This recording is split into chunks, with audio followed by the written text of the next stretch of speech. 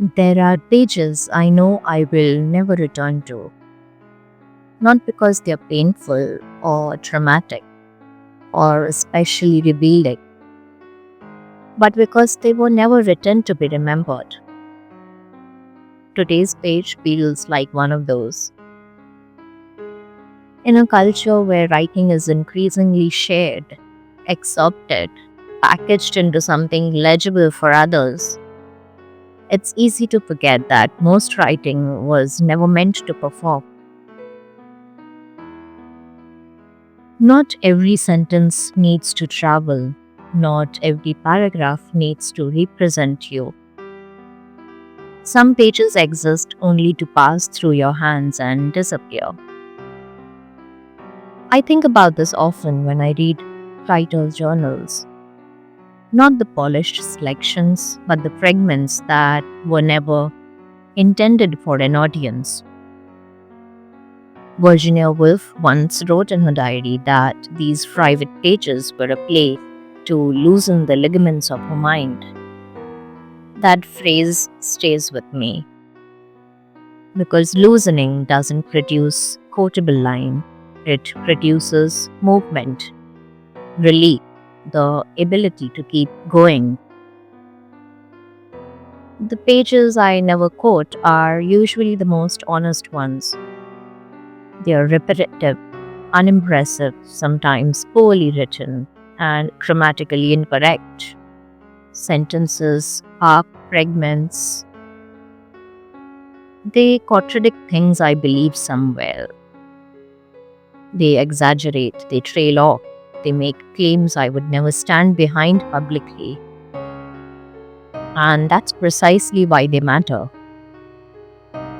Social media has quietly trained us to write as if someone is always watching, as if every thought might someday be pulled forward, highlighted, explained. Even when we are alone with a notebook, that awareness can linger. We edit, we clarify, we aim for something that could survive being seen. But the page I'm writing today is opting out of that economy. I'm not saving lines, I'm not circling phrases I might want later. I'm not trying to sound like myself at my best. I'm writing like no one will ever need to understand this, including me.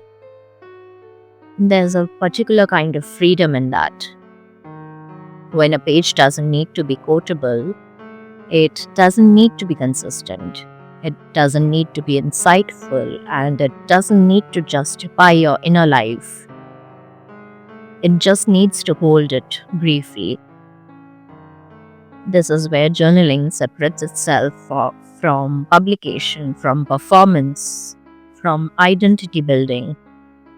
It becomes something closer to maintenance, a place where thoughts don't have to prove their permanence. Most of what matters in a life is never said cleanly, never phrased in a way that could be shared without losing something. Those pages still count. They count because they were written, because they'd made room, because they allowed a feeling to move instead of hardening into silence. If you ever felt pressure to turn your private writing into something useful, this is your permission not to. You don't have to quote yourself, you don't have to remember what you wrote, you don't have to return to it later. Some pages are meant to disappear the moment they are finished, and still they do their work. One blank page, written without witnesses, never quoted. That too is a form of care.